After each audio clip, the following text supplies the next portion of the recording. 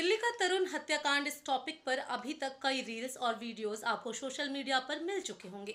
लेकिन आप सोच रहे होंगे कि अभी तक मैंने इस मुद्दे को छुआ क्यों नहीं। क्योंकि हिंदू एकता अब ना के बराबर हो चुकी है। इससे पहले भी कई तरुण कट्टरपंथियों के हाथों मारे जा चुके हैं, लेकिन हम करते क्या हैं? कुछ दिन उस पर बात करते हैं और फिर भूल जाते हैं। तरुण एक नौजवान जो अपने त्योहार की खुशियां मना रहा था, वो त्योहार जिसका साल भर इंतजार करते हैं हम हिंदू लोग।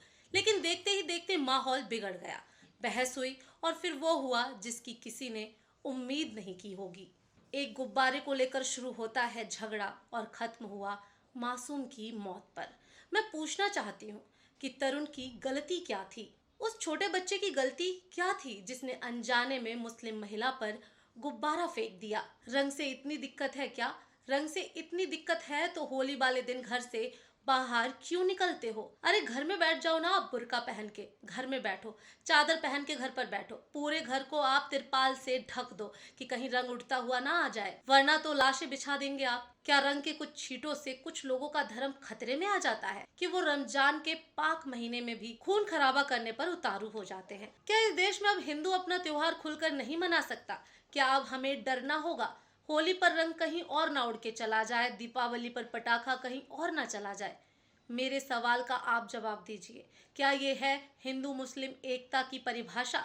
एक तरफ हम गंगा जमुनी तहजीब की बात करते हैं, एक तरफ हम कहते हैं कि मजहब नहीं सिखाता आपस में वैर करना, एक तरफ होता है कि भैया ईद पर गले मिलो, होली पर भी गुजिया खाओ। तो फिर ये क्या था?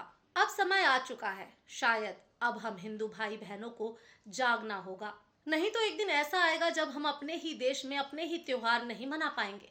समझ लीजिए, सबसे बड़ी कमी है कि हिंदुओं में एकता नहीं है। और मुझे यहाँ पर कोई हिंदू मुस्लिम नहीं करना है। मैं चाहती हूँ कि सब मिलकर एकजुट होकर रहे। लेकिन जो हो रहा है उसके बाद किसी एक को तो, जैसे अगर उस मजहब के लोग एक हैं तो फिर इस मजहब के लोगों को भी एक होना होगा। इस धर्म के लोगों को भी समझना होगा कि हमारी एकता एक मुट्ठी की तरह होनी चाहिए। वो खंड खंड हो रही है, तभी इस तरह के हादसे होते हैं और तभी एक त्योहार के दिन किसी के घर का चिराग बुझ जाता है। सोचिएगा जरूर इस विषय पर।